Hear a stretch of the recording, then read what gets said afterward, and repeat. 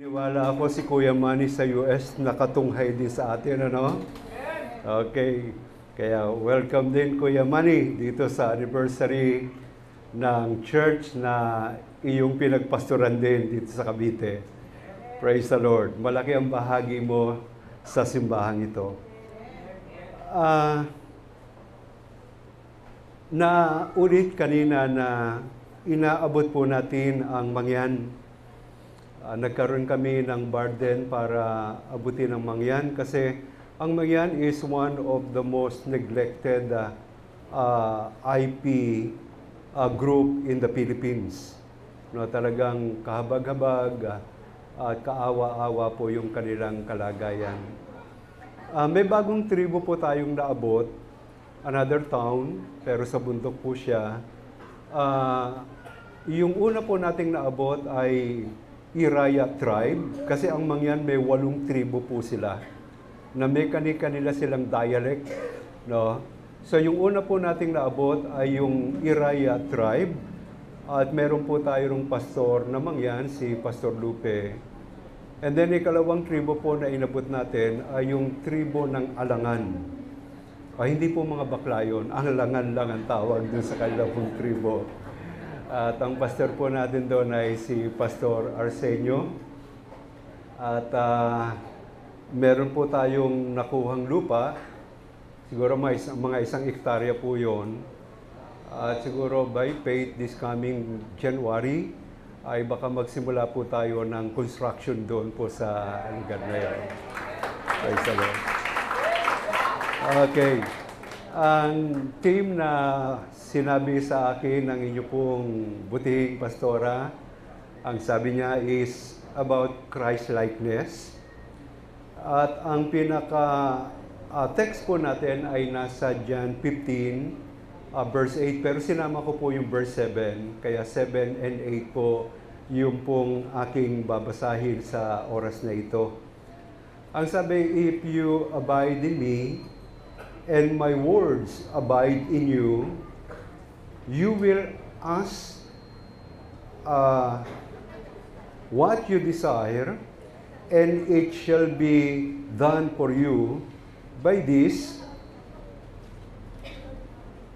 my Father is glorified, that you bear much fruit, so you will be my disciple. And then,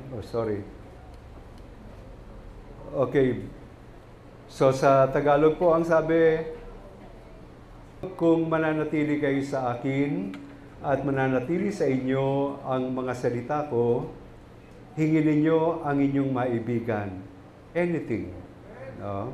At ipagkakaloob sa inyo. Mapararangalan ng Ama kung kayo'y namumunga ng sagana, at sa gayo'y mapapatunayang mga alagad ko kayo. Manalangin po tayo. Pagpalain po ninyo, O Diyos, ang pagkakabasa sa inyong salita. Hinihiling po namin ng Banal na Espiritu ang maging guro po namin sa oras na ito. Ipinapahayag po namin, wala po kaming magagawa kung hindi po ninyo kami sasamahan. At sa pangangaral pong ito, ikaw lamang aming Panginoong Yesus ang amin pong maitaas, sapagkat kapag ikaw ay aming itinataas, ang Ama ay nabibigyan ng kaluwalhatian, ang Banal na Espiritu ay nabibigyan ng katuwaan. Maraming salamat po sa pangalan ng Panginoong Yesus. Amen. May kaibigan akong pastor sa Occidental Mindoro. May kunento sa akin, ang sabi niya, merong isang pamilya, born again, itong pamilyang ito, at pagkatapos meron siyang binatang anak. At yung anak niyang binata ay magtatrabaho sa Maynila. Kaya ang tagubili nung tatay at nung nanay doon sa anak nilang binata na magtatrabaho sa Maynila, ang sabi nila, anak, pakaingatan mo ang ating pananampalataya. Ang sagot noong binata, opo tatay, opo nanay. After 2 years, nagbakasyon ito pong binatang ito doon sa kanilang probinsya sa Mindoro, ang unang tanong nung kanyang tatay at inay, naingatan mo ba anak ang ating pananampalataya? Ang sabi ng bata, opo nanay at tatay, naingatan ko po sapagkat walang sino mang nakaalam na ako ay born again, na ako ay mananampalataya. Ano ibig sabihin? No, hindi nakita sa kanya ang wangis ng ating Panginoon. Miski na hindi po tayo magsalita at maglagay ng karatula sa ating harapan at sa likuran na nakalagay roon, I am a born-again Christian, yung mga taong nasa paligid po natin, kilala yung mga born-again. Amen? Kasi nakikita po sa atin pong mga pag-uugali, sa atin pong mga pagsasalita, sa atin pong mga ginagawa, na si Kristo nga ay tunay na nasa atin. Amen po. Tingnan nyo nga yung katabi nyo kung kamukha na ni Kristo.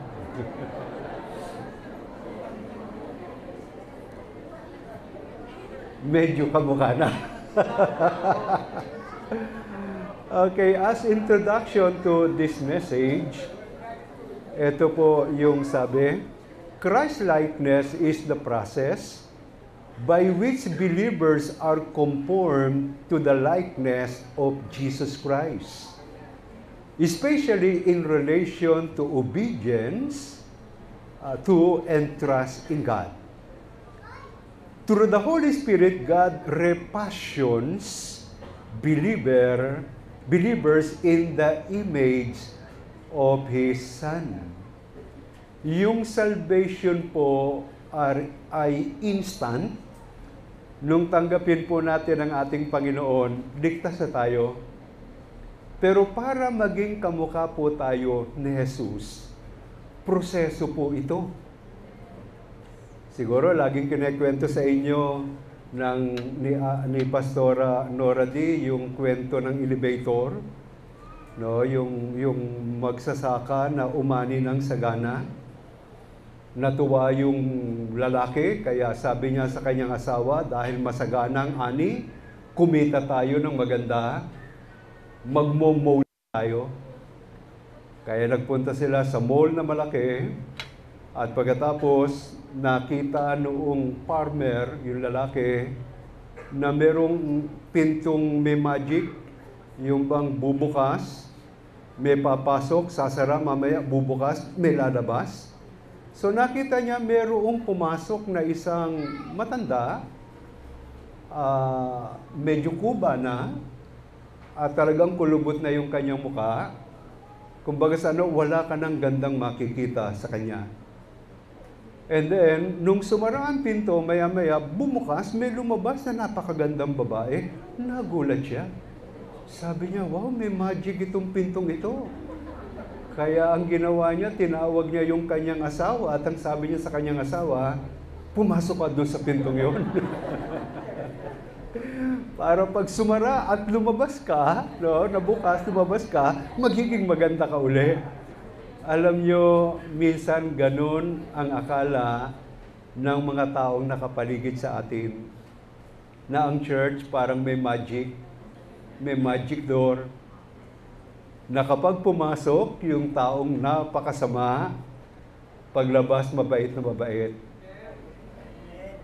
So, ulitin ko po, no, yung salvation, instantly natatanggap natin. Pag tinanggap natin si Jesus bilang Panginoon, Diyos at tagapagligtas, tiyak na tiyak, ligtas po tayo. Biyahing langit po tayo, pero para tayo ay maging kamukha ni Jesus, dadaan po tayo sa proseso. At ang agent po na ginagamit ng Diyos para po tayo ay maging kamukha ng ating Panginoong Jesus, ito ay walang iba, ang Banal na Espiritu. Amen? Na pinangako ng ating Panginoon na ibibigay sa atin at tayo ay kanyang gagabayan. Amen po. Okay. So, through the Holy Spirit, God repassions believers in the image of His Son, who is set before them as a model of the form of the redeemed life. So talagang makikita po sa atin. So, ang sabi ni Church Swindoll, Christ-likeness is a journey. Okay? Not a destination. The joy is in the journey, ang sabi ng ating kapatid si Charles Winslow. And then another great figure po, the father of India, si Mahatma Gandhi, ang sabi niya, I like your Christ. I do not like you Christians. You Christian are so unlike your Christ. So ang sabi niya, gustong-gusto ko si Kristo, pero hindi ko gusto ang mga Kristiyano. Bakit? Kasi maraming Kristiyano nung panahon na yon, nagsasabing Kristiyano pero malayo ang buhay kay Kristo.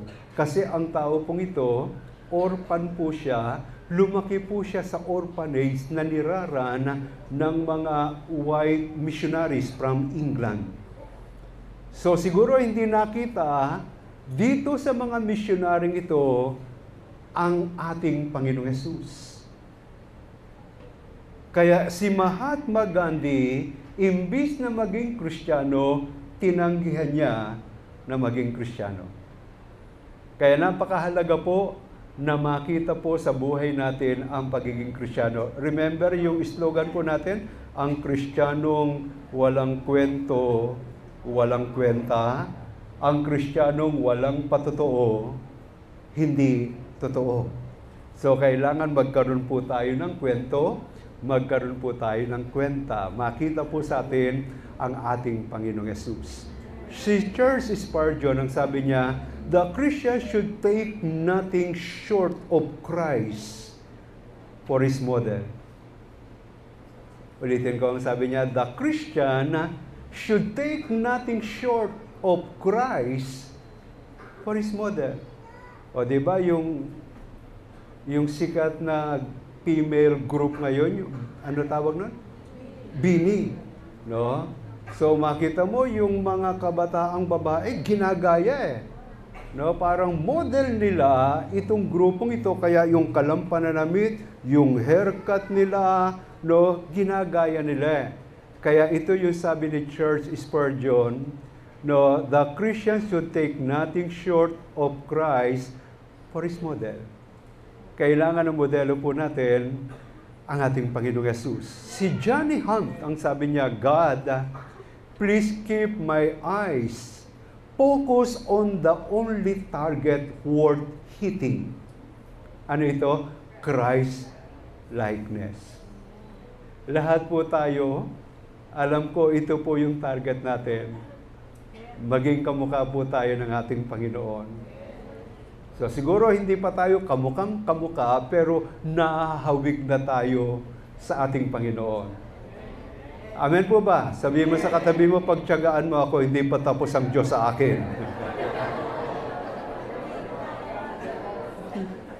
Amen po? Okay.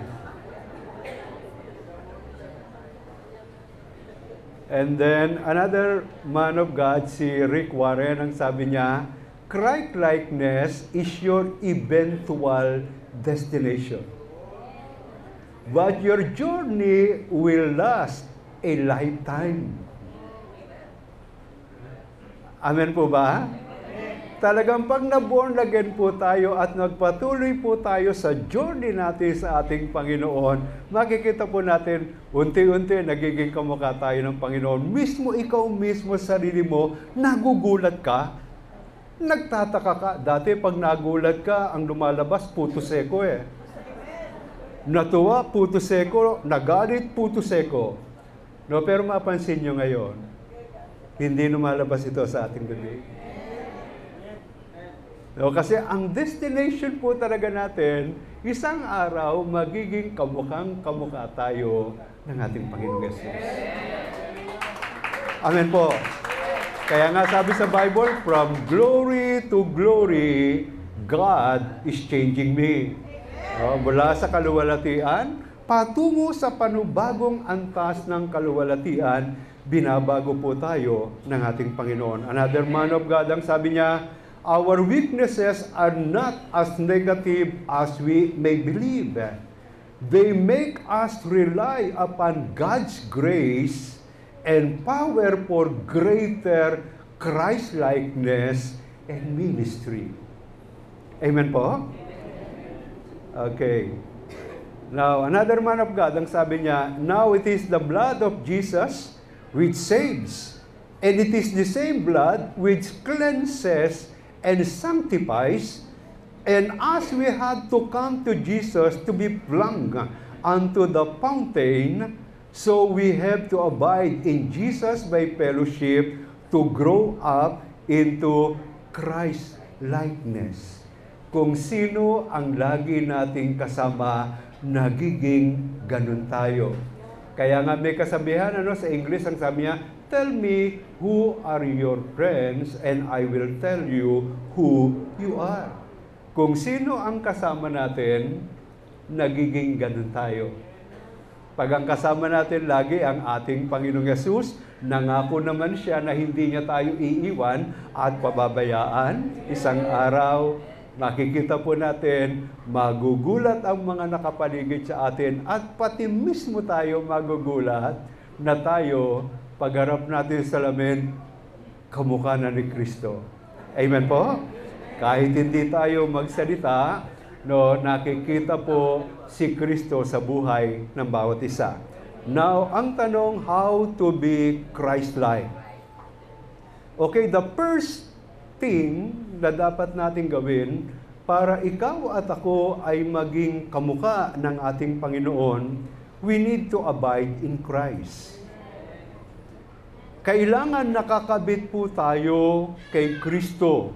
Kailangan kasama po natin lagi ang ating Panginoon. 24/7 dapat kasama natin ang Panginoon. Abiding in Christ means allowing His Word to fill our minds, direct our wills, and transform our affections.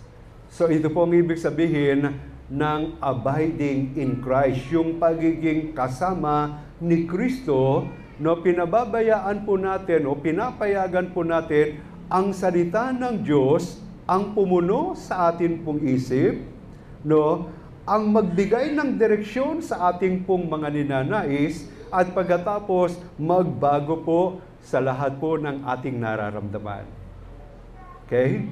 So, si J.C. Ryle explained na, to abide in Christ means to keep up a habit of constant communion with Him. Remember doon sa atin pong School of Workers, di ba may quiet time po tayo? So bakit natin tinuturuan yung mga estudyante natin, mga bagong estudyante natin, bagong mananampalataya na magkaroon ng quiet time, para maging makapag-form po tayo ng good habit sa kanila? Kasi yung isang bagay daw na ginagawa natin ng 21 days, ito ay nagiging habit ng bawat isa. Kaya ang instruction natin, bibigay natin yung assignment natin doon sa atin pong mga estudyante, yung pang-7 araw, huwag gawin ng isang araw. Kailangan araw-araw, kapra-kapraso, araw-araw, ginagawa niya ito. Bakit? Kapag ginawa niya ito, nagkakaroon po siya ng magandang habit. Okay? Ito po yung pakikipagniig sa ating Panginoon. To be always leaning on Him, resting on Him, pouring out our hearts to Him, and using Him as our fountain of life and strength, as our chief companion and best friend.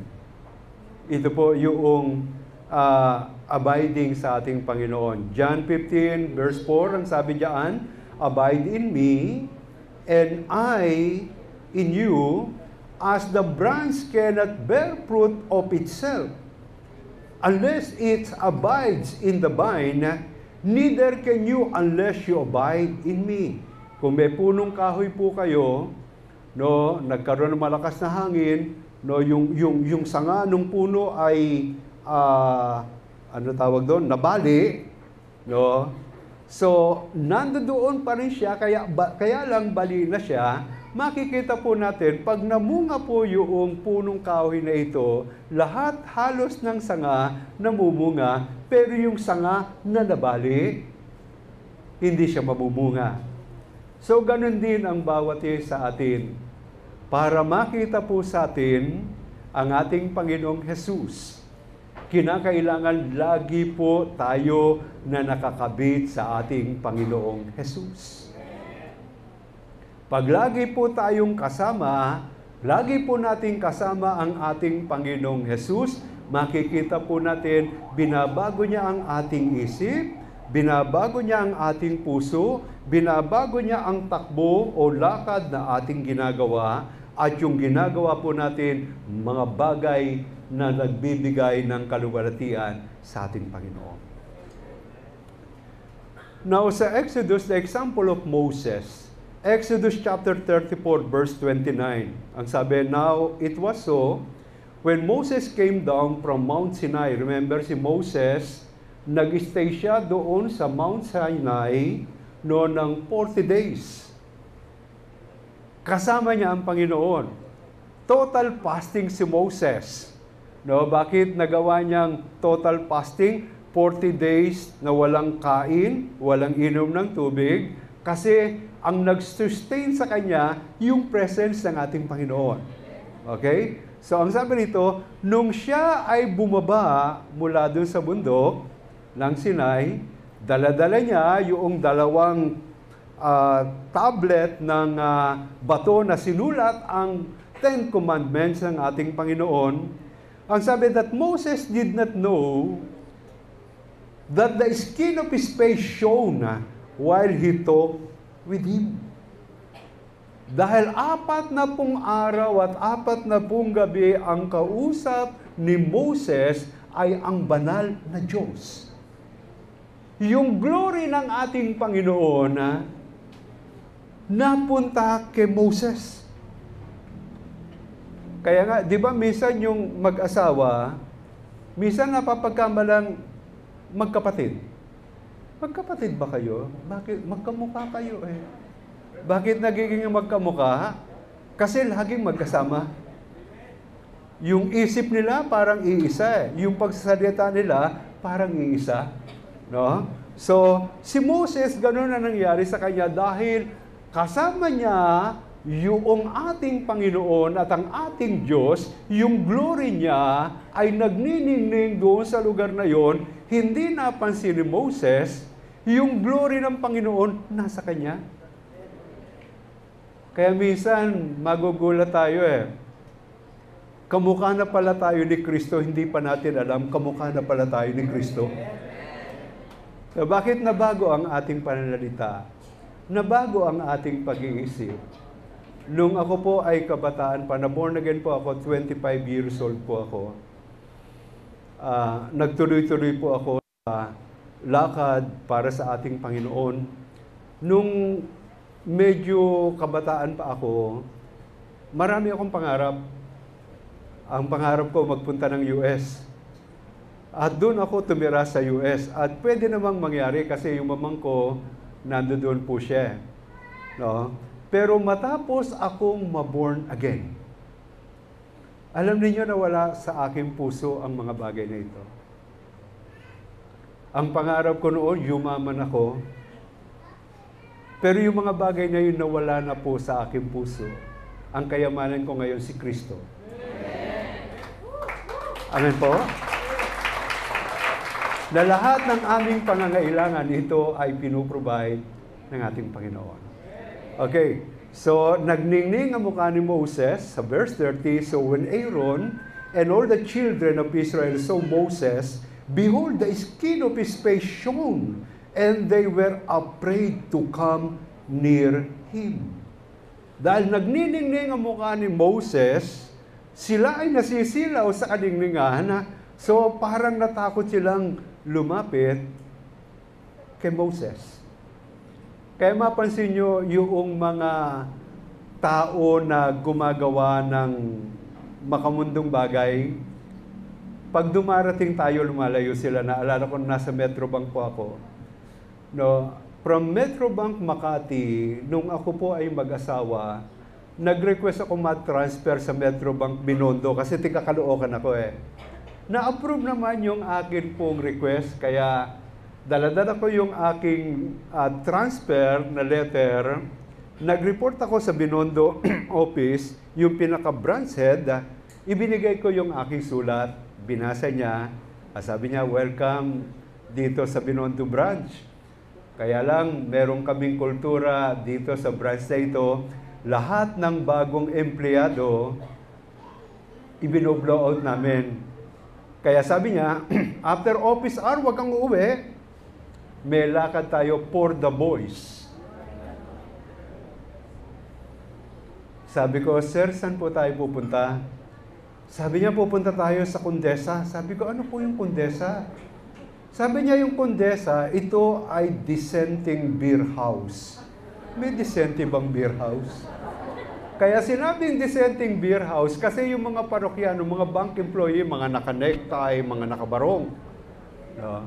Sabi sa akin, bulong ni Satanas, pagbigyan mo kasi first impression lasts. Ang bulong naman ng Banal na Espiritu sa akin, pangatawan mo na ikaw ay mananampalataya. So sinunod ko ang tinig ng Panginoon. Sabi ko, sir, dinaramdam ko po, hindi po ako pwede sumama sa inyo. Sabi niya, bakit? Ako po ay isang born again, ako po ay isang pastor. Bawal ba sa inyo ang uminom? O sige, ganito na lang. Sasama ka pa rin, mamumulutan ka, soft drinks ang sayo. Sabi ni Satanas, pwede na. Sabi ng Panginoon sa akin, tanggihan mo. Kung may makakita sa'yo, okay, soft drinks nga ang ininom mo, maniniwala ba sila sa beer house, soft drinks ang ininom mo? Diba? Nakita ko ni Pastor Ruel, Tatay Tony yun na. Ba't pumasok yan sa beer house? No, kaya inabangan niya ako. Paglabas ko, ang sabi ni Pastor Ruel sa huli ka, tatay. Sabihin ko sa, huwag marumi isip mo, ha? Nag-soft drinks lang ako. Siguro sabihin ni Pastor Ruel, soft drinks sa sari-sari store, hindi sa beer house. Alam nyo, tinanggihan ko siya. Sabi ko, sir, ako po ay nangangaral. Pag may nakakita po sa akin, pumasok ako sa lugar na yan, hindi na po nila ako paniniwalaan. Alam nyo, yun yung una at huling imbita sa akin ng aking boss. Pero hindi ako nabadya sa aking boss kasi ako yung pinakamasipag doon sa branch na yun. Yung trabahong pang one day, tinatapos ko ng kalahating araw. At pagkatapos kong gawin yung kalahating araw yung aking trabaho, tumutulong ako sa ibang trabaho. Kailangan makita sa atin ang buhay ng ating Panginoon. Huwag katulad ng tiga Mindoro na iningatan yung pananampalataya. Kaya hindi naalaman ng mga nakapaligid sa kanya, born-again pala. Okay, so, verse 31. Then Moses called to them, and Aaron and all the rulers of the congregation returned to him, and Moses talked with them. Afterward, all the children of Israel came near, and he gave them as commandment all that the Lord had spoken with him on Mount Sinai. And when Moses had finished speaking with them, he put a veil on his face.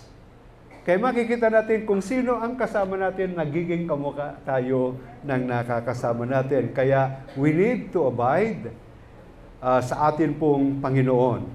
Okay, verse 35. And whenever the children of Israel saw the face of Moses, that the skin of Moses' face shone, then Moses would put the veil on his face again until he went in to speak with him.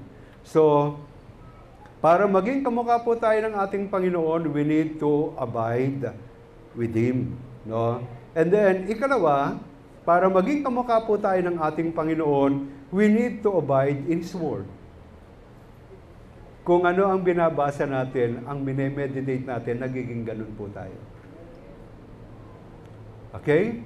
So, Joshua chapter 1 verse 8, "This book of the law shall not depart from your mouth, but you shall meditate in it day and night, that you may observe to do according to all that is written in it. For then you will make your way prosperous, and then you will have good success."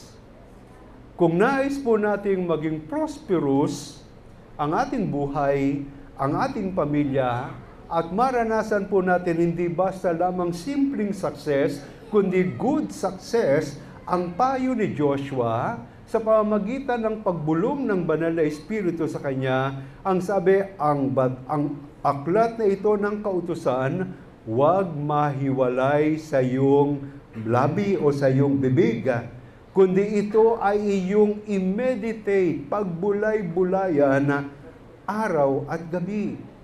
Iba ang unawa po natin sa meditation, yung word na meditation ngayon, compare doon sa word na meditation nung panahon ni Joshua. Ang ibig sabihin ng word na meditation, dito sa sinabi ni Joshua, kung nakakita po kayo ng baka, o kaya kalabaw, di ba yung baka o kalabaw, may kukuning damo, pagkatapos, ngunguyain niya ito. No, pag nginuyaan niya yan, lulunukin niya yan, maya-maya, ilalabas niya uli, ngunguyain niya uli. Kaya makita mo maghapon nguya ng nguya, yung baka o yung kalabaw. So, ganun daw ang meditation ng Word of God. Yung binabasa natin sa umaga, buong maghapon yan, pinagbubulay-bulayan natin siya. Laging laman siya ng ating isip, laging laman siya ng ating puso. At dahil laging laman siya ng ating isip at ng ating puso, ito ngayon ang nagiging paraan ng atin pong pamumuhay. Isinasa pamuhay natin ang salita ng Diyos. No, at kapag ginawa po natin ang mga bagay pong ito, ang pangako ng ating Panginoon, no, tayo raw po ay magiging prosperous. And then hindi lamang basta prosperous, ang sabi, makakaranas tayo ng hindi lamang basta success, kundi good success. Kaya kung nais po nating maranasan na maging prosperous po tayo, magkaroon tayo ng good success, kailangan mag-abide tayo sa salita ng ating Panginoon. Psalm 119 verse 105, ang sabi rito nung psalmist, "Your word is a lamp to my feet and a light to my path." Ang salita mo ay lampara sa aking mga paa at tanglaw sa aking dadaanan. Kapag dumaan ka sa madilim na daan, napapahama ka eh. Pero kapag yung daan na yung merong liwanag, merong ilaw, hindi ka napapahama. So, ganun din tayo. No, kapag ang salita ng Diyos ang ginagawa nating lampara sa ating paa at tanglaw sa ating daraanan, hindi po tayo maliligaw ng landas. Hindi po tayo maaaksidente doon sa daan na atin pong nilalakaran. Amen po? Lagi ko itong share pero ulitin ko po sa inyo.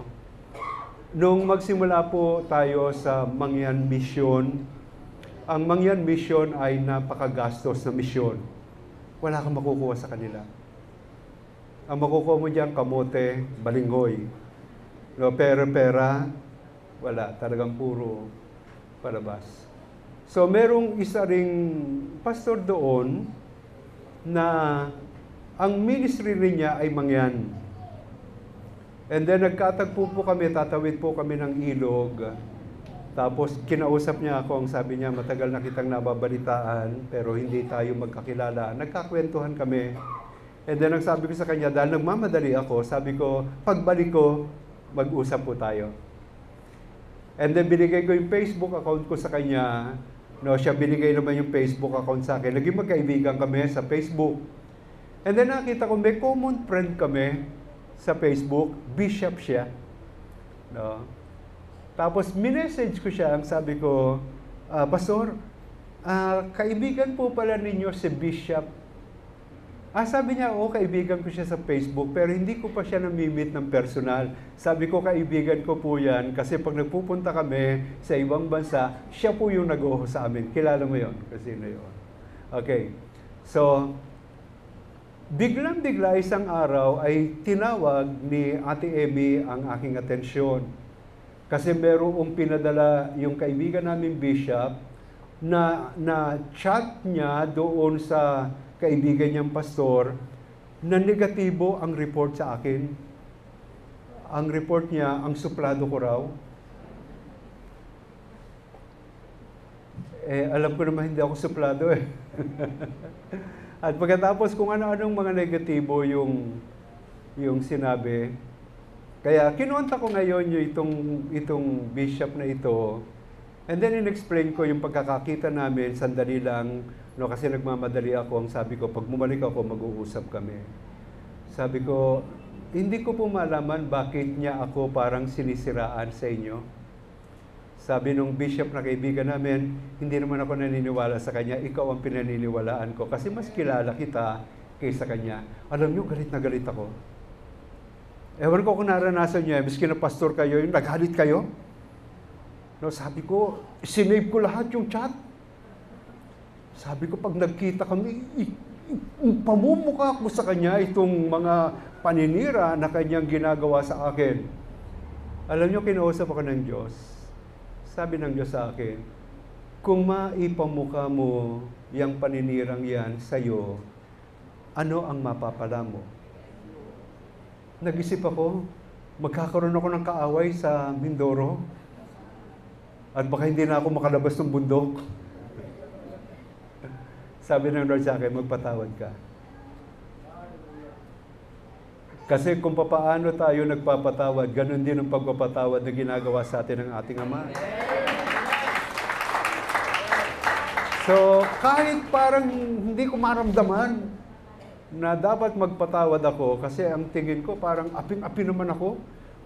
Yung bang kung pwede mo lang parang polo shirt na hubarin muna yung pagiging Kristiyano, i-hanger mo muna, makita nito yung kanyang hinahanap, no? Na ipakita mo yung matagal niya nang hinahanap na star. Ang sarap gawin, kaya lang hindi pwede. Alam niya, nagpa siya ako magpatawad. Sabi ko, sige po, Panginoon, papatawad po ako. At kinonta ko itong kapatid na ito, ang sabi ko, may orientation seminar kami, kasi ni-introduce natin yung School of Workers sa mga Tagalog pastor na may ministry sa Mangyan at mga Mangyan pastor. Sabi ko, dumalo ka. Sabi niya, sige po, pastor, kahit birthday ko po yan, dadalo ako. Pag dumalo ka at birthday mo, may birthday gift ka sa akin. Dumalo siya, binigyan ko ng birthday gift. Alam mo ngayon, very close kami. Magkaibigan po kami. Amen? Kaya totoo yung sabi sa Bible, yung gumagawa ng hindi maganda sa atin, gawa natin ang kabutihan. Amen? Kasi yung kanyang salita, ito ay lampara sa atin pong mga paa at tanglaw sa atin pong dinadaanan. Nagpapaliwanag ng isip. Amen? Okay, Jeremiah 15 verse 16, ang sabi, your words were found and I ate them. Natagpuan ko, O Diyos, ang iyong salita, ito ay aking kinain. And your word was to me, tingnan nyo, binibigay ng salita ng Diyos. And your word was to me the joy and rejoicing of my heart. For I am called by your name, O Lord God of hosts. No, kaya kapag tayo po, yung salita ng Diyos, ito po ay lagi nating pinagbubulay-bulayan at ang salita ng Diyos ay atin pong isinasapamuhay. Ito pong salitang ito ang nagbibigay ng kagalakan, joy, and rejoicing sa ating puso. Kaya nga may kanta tayo, kahit may problema o wala kang pera, hindi ba't laging masaya? No, ganyan nga ang nakay Kristo. Paano nga yun? Ayaw kasi kung pakantayin ng misis ko, pag magpipreach ka lang, huwag kang kakanta. Okay, so, ang salita ng Diyos, no, napakaganda po niya. Psalm 42 verse 1, As the deer pants for the water brooks, so pants my soul for you, O God. My soul thirsts for God, for the living God. When shall I come and appear before God? May nabasa ako isang article about sa usa at saka sa hunter. Yung mga professional hunter, kahit hindi nila nakikita yung usa, alam nilang may usa. Kasi yung dala nung hangin, yung amoy nung usa. No, kaya pag naamoy nung hunter na merong usa doon sa direksyon na yon, dahan-dahan niyang pupuntahan, no, para barilin ito pong usang ito. Yung usa naman, very sensitive yan eh. Pag naramdaman niya na merong hunter o may taong papalapit sa kanya, ang gagawin po ng usa, tatakbo siya ng tatakbo. Hahabulin siya ng hunter. Kasi yung amoy niya naiiwan eh. No? Ngayon, pag nakakita ang usa ng tubig, alam niyo ang gagawin niya? Iinom siya ng marami. Pagkatapos niyang uminom, maglulublob siya doon sa tubig. And then, tatakbo ulit siya, hindi na siya masusundan ng hunter. Naunawaan po ninyo ako? Ganon din tayo. No, uminom tayo ng tubig ng ating Panginoon, itong salita ng Diyos, and then maglublob tayo. No, para yung amoy ng sanlibutan sa ating mga buhay mawala. At pag nawala po ito, hindi tayo masusundan ng hunter ng atin pong kaluluwa. Ito si Satanas. Amen po? Okay. So,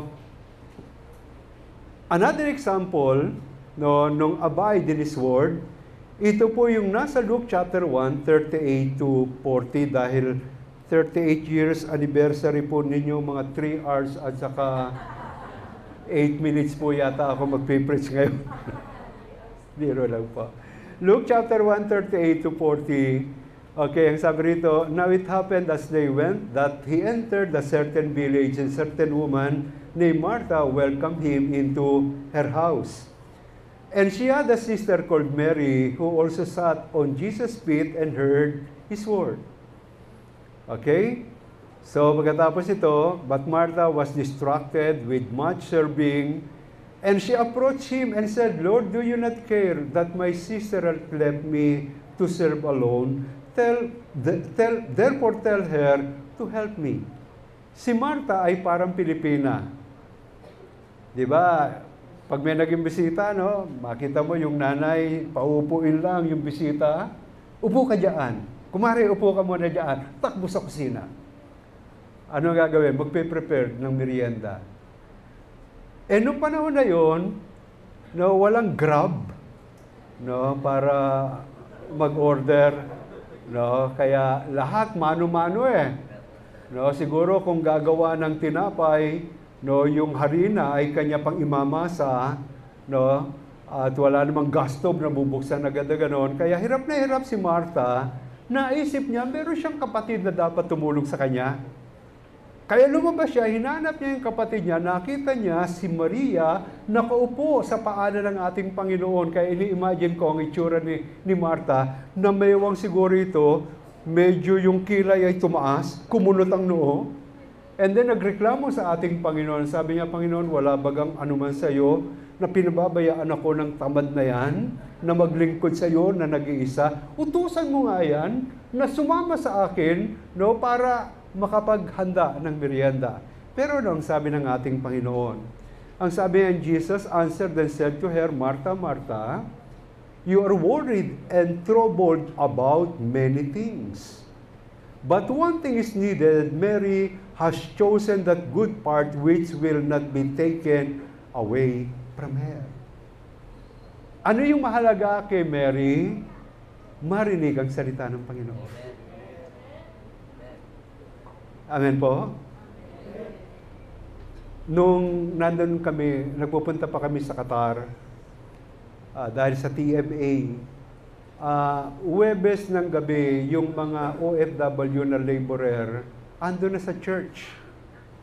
No, at makita mo, dahil libre ang wifi doon sa church, lahat ng OFW nandun nakakonect, no, at makita mo yung kanilang mahal sa buhay na sa Pilipinas, talagang pinakikinggan yung kwento, no, nitong mga OFW doon sa kanilang mga asawa, at itong OFW naman, pakinig na pakinig doon sa kwento ng kanyang asawa. Napakahalaga sa kanila mapakinggan yung kanilang mga tinig. Alam nyo, ganun din ang ating Panginoon. Kinakailangan na maging priority po natin na ang pananatili sa salita ng ating Panginoon. Okay. Now, result of being Christ-like, pagka tayo po ay naging kamukha na ng ating Panginoon, ano po ang makikitang resulta po nito? Okay, sa verse 8 yan, nung atin pong pinaka-main text for this anniversary, nagiging mabunga po tayo bearing fruits. At merong dalawang prutas na nakikita po dapat sa isa pong kamukha ni Kristo. Una, fruit of evangelism. Ano ang evangelism? Ang definition ng evangelism, one friend telling another friend about the big friend.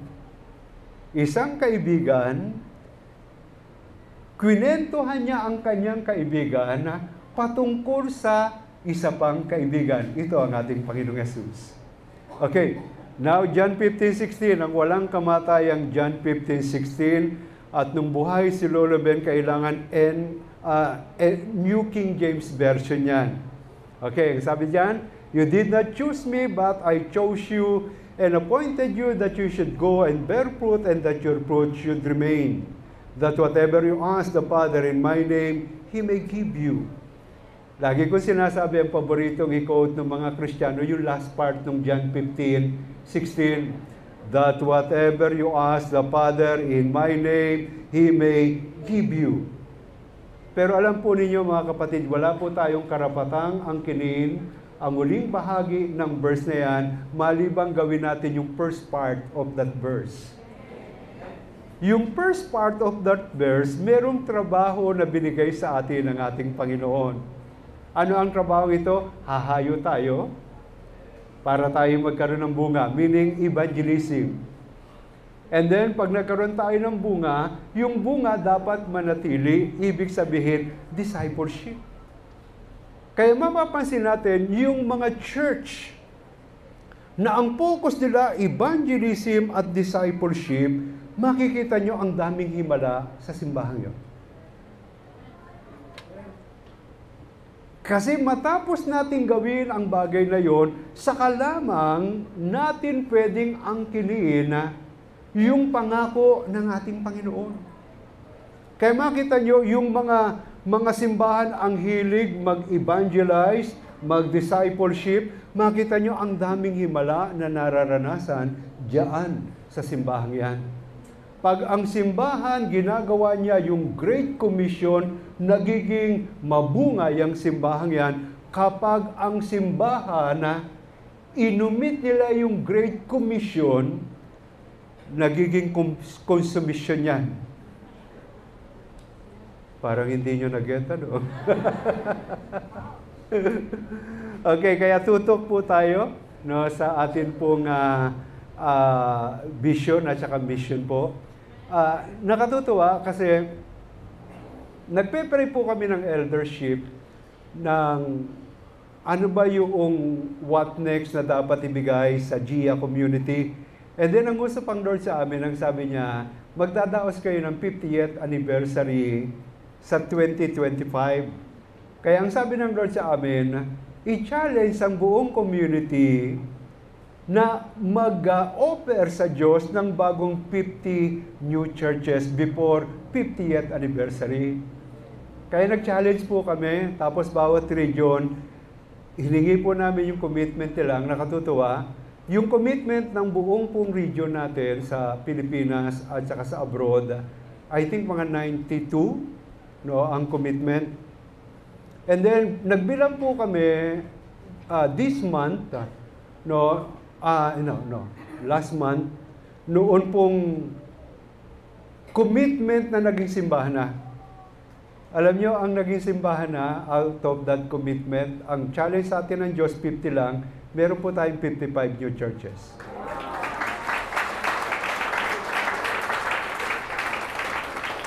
Ang buti ng Panginoon.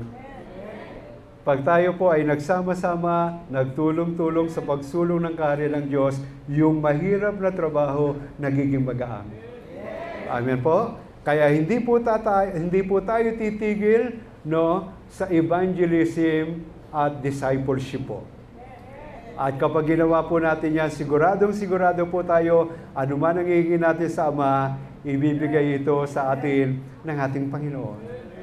Makakaranas po tayo, ang pangako po ng Diyos sa atin, hindi lamang basta great harvest ang mararanasan ng GIA community, mararanasan daw po natin mega harvest. At naniniwala ako, para mangyari ang mga bagay na yan, sasamahan po tayo ng ating Panginoon. Kapag nag-pray po tayo sa bulag, ang bulag makakakita. Ang pilay lalakad, ang bigay makakarinig, ang pipe ay magsasalita.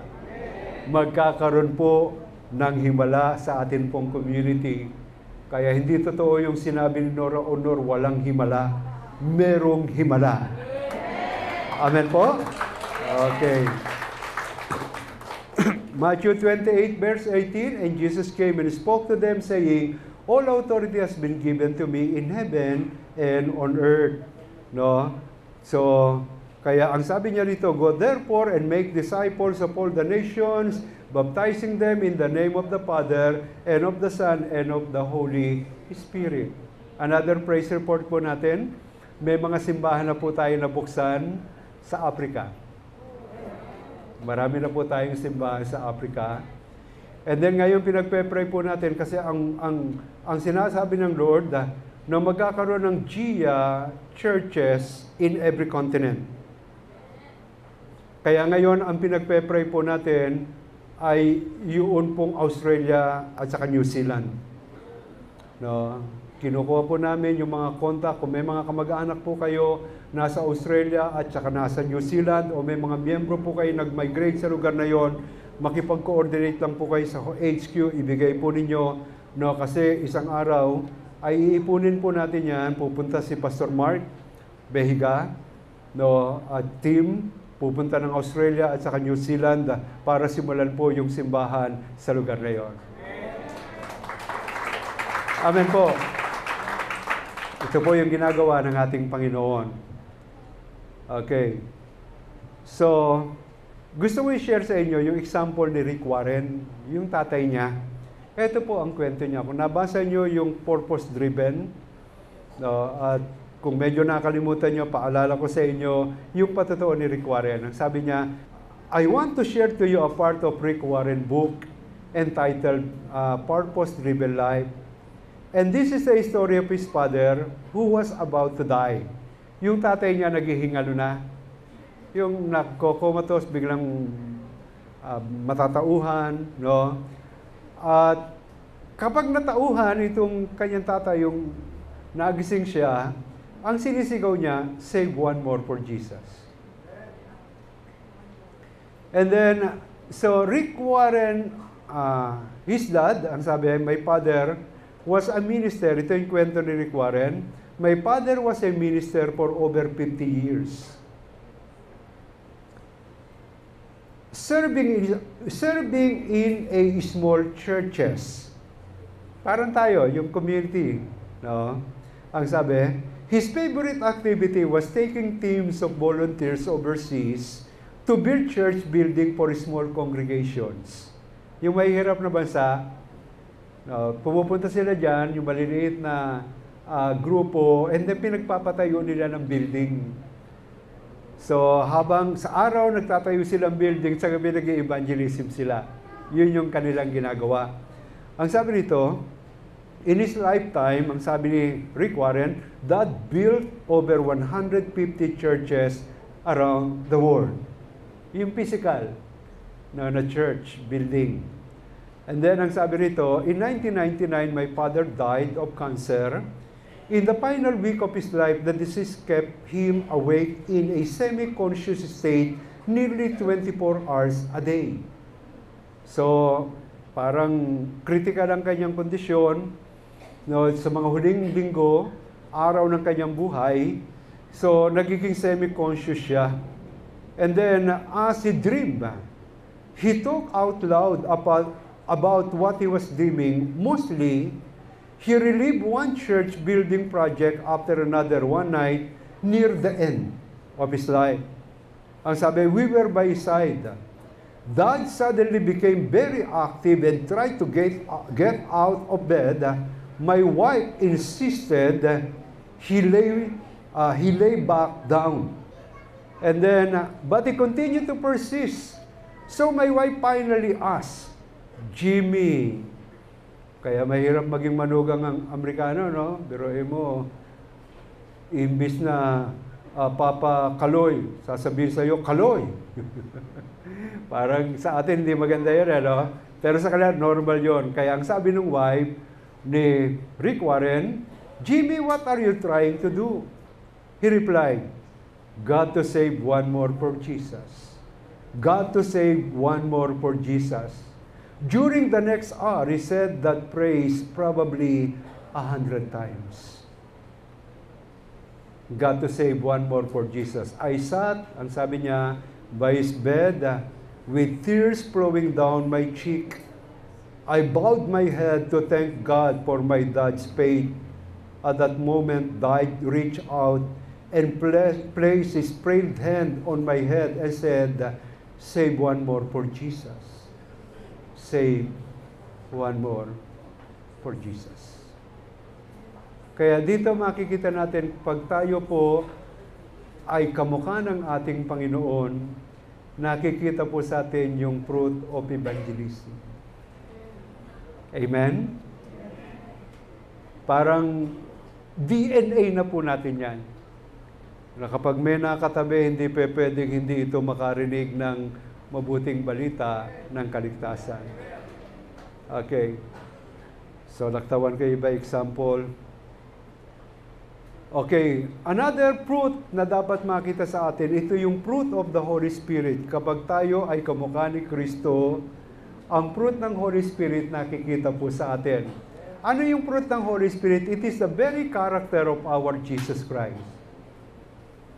Ayan po yung fruit of the Holy Spirit. Galatians chapter 5 verse 22, but the fruit of the Spirit is love, joy, peace, and then long-suffering, kindness, goodness, faithfulness, gentleness, self-control. Against such there is no law. And those who are Christ have crucified the flesh with its passions and desires. So dito makikita po natin na kapag tayo po ay kamukha ng ating Panginoon, nakikita po ang bunga ng Banal na Espiritu. Kwentuhan ko kayo na isang kwento.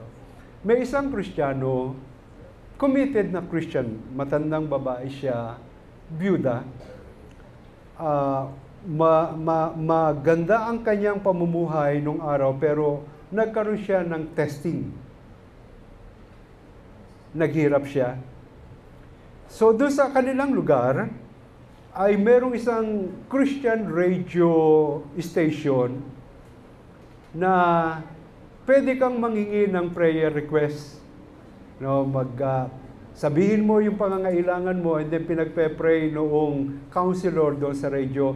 Tumawag itong babae ito and then sinabi niya, ito yung aking kalagayan.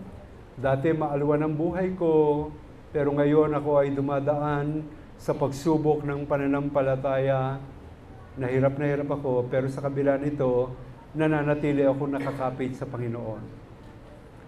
And then may nakarinig na isang unbeliever, galit na galit sa mga born again. So, tinawagan niya yung counselor doon sa radio, tinanong niya yung pangalan nitong babaeng ito, yung address. And then, inutusan niya yung kanyang secretary at yung kanyang driver na mamili ng maraming basket ng groceries. hanapin itong babaeng ito at binigay yung address, kaya namili ito pong driver at saka yung secretary nitong unbeliever na ito na galit sa born again. And then umakita nila yung barong-barong nito pong matandang ito na sa kabila ng pagsubok ay nagpatuloy na humawak sa ating Panginoon. And then ang sabi nila, kumatok nung pagbuksan, tinanong kung siya yung babaeng yun. Sabi, ako nga. Sabi, may dala po kami ng mga pagkain para sa inyo. Tuwang-tuwa po yung mananampalataya. Kaya ipinapasok niya sa kanyang bahay yung basket of groceries, yung last basket na kanyang kukunin para ipasok doon sa kanyang barong-barong. Ang sabi ng secretary, hindi ba ninyo itatanong kung sino ang nagpadala? Kasi ang instruction noong mayaman na lalaki, pag tinanong kung kanino nang galing, sabihin mo kay Satanas. Ganun niya gustong hiyain.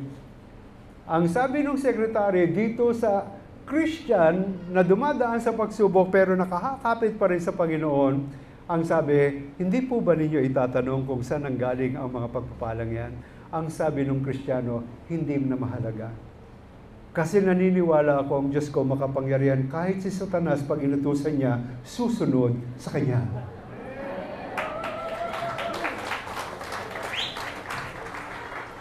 Ito yung bunga ng Banal na Espiritu.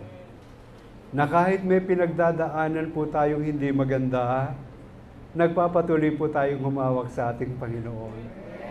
Sapagkat alam po natin, hindi tayo iiwan o pababayaan ng ating Panginoon. Amen? And then, another result, panghuli na po ito, of being Christ-like, glorifying the Father.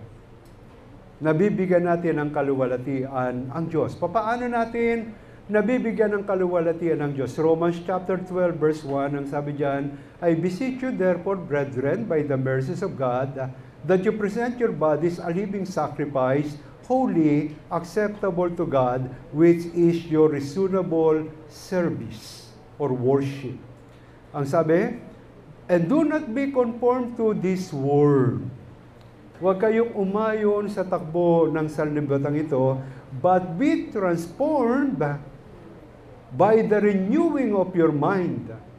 Para mabago ang isip natin, kailangan natin salita ng Diyos. Okay. Pag nabago ang isip natin, ang sabi diyan, that you may prove what is that good and acceptable and perfect will of God. Pag nabago ang isip natin nakapagbibigay na ng kaluwalhatian sa ating Panginoon, nalalaman po natin yung good and acceptable and perfect will ng ating Diyos para sa atin. 1994 ay may nag-offer po sa akin magpastor sa US. Pangarap ko yan nung bata pa eh. No, kaya excited ako, nakipag-communicate po kami. And then, isang araw sabi ko sa asawa ko, pray nga tayo kung talagang kalooban ng Panginoon na magpastor tayo sa US. Nag-pray kami, nangusap ang Lord, stay in the Philippines. Kaya tinurn down ko po yung offer. No, sabi ko, sorry, hindi ko po kayang tanggapin kasi ang word sa amin ng Panginoon manatili sa Pilipinas. Ang sabi ng isang African pastor na narinig ko, if you are in the wrong place, doing the right things, you are still wrong in the sight of God. Hindi tayo opportunity grabber. Nabubuhay po tayo doon sa foundation na turo po sa atin, ito po yung principle ng hearing and obeying. Ang gagawin lamang po natin, mga bagay na nakapagbibigay ng kaluwalhatian sa Diyos. Matthew chapter 5, verse 13, you are the salt of the earth, but if the salt loses its flavor, how shall it be seasoned? It is then good for nothing but to be thrown out and trampled underfoot by men. Tayo daw po ay asin ng sanlibutan. Yung asin pag walang alat, itatapon mo yan eh. Kasi walang pakinabang. Okay? And then, ang sabi sa verse 14, you are the light of the world. A city that is set on a hill cannot be hidden. No, nor do they light a lamp and put it under a basket, but on a lampstand, and it gives light to all who are in the house. So tayo daw po ay ilaw ng sanlibutan. Hindi po Christmas light. Kakalungkot maraming Kristiyano, ilaw nga, Christmas light naman. Nakaranas ba kayo sa inyong bahay na meron kayong bombilya na patay sindi, hindi naman Christmas light? Di ba? Sakit sa mata, no? Kaya ang ginagawa natin, ino-off natin. No, sakit sa mata, papatayin mo na yung switch eh. O hindi tayo dapat ganon. Para mabigyan natin ng kaluwalhatian ng ating Panginoon, no, tayo ay dapat maging asin. Ang asin ang gamit ito, nagpapasarap. Meron ako isang Koreanong narinig, nagturo siya. Punta raw po siya sa New York City. Mahilig siyang magkape. Pumasok siya sa isang coffee shop. Nung matikman niya yung kape dito sa coffee shop na ito, kakaiba ang lasa. Kaya kinausap niya, no, yung nagtitimpla ng kape, ang sabi niya, ano ang sikreto mo? Bakit napakasarap ng iyong kape? Ayaw sabihin sa kanya, pero sabi niya, huwag kang mag-alala, hindi ako tiga rito. Ako'y tiga Korea, ang sabi niya. Kaya siner noong taga-timpla ng kape, doon sa restaurant tayo ng sikreto, bawat kape na tinitimpla niya, nilalagay niya ng konting asin. Asin. Kaya nagkakaroon siya ng sarap. Hindi ba yung bilo-bilo, yung na ginataan? Sino rito nagluluto ng bilo-bilo? Yung ginataan. Di ba, asukal lalagay nyo, pero nilalagay niya ng konting asin para lalong sumarap. Yun ang sikreto. Kaya masarap ang sanlibutan ito dahil may Kristiyano. Amen po? So tayo po ay dapat maging asin at dapat po tayong maging ilaw ng sanlibutan at sa pamamagitan po ng mga bagay na ito, ang sabi po sa Matthew 5:16, let your light so shine before men that they may see your good works and glorify your Father in heaven. Amen po. So sabihin mo sa iyong katabi, ikaw ay asin at ilaw ng sanlibutan. Kapag gagawin po natin yan, mabibigyan po natin ng kaluwalhatian ang Diyos. Muli, happy anniversary! Pagpalain ng Diyos ang JGA at dalangin ko, mas marami pang lugar ang mataniman ng simbahan ng JGA, ma-expand ang kaharian ng ating Panginoon. At aking panalangin, yung susunod na church planting nyo, yung key cities ng Cavite City o ng Cavite Province, ang matataniman ng simbahan ng JGA. Happy anniversary po! Manalangin po tayo. Hallelujah!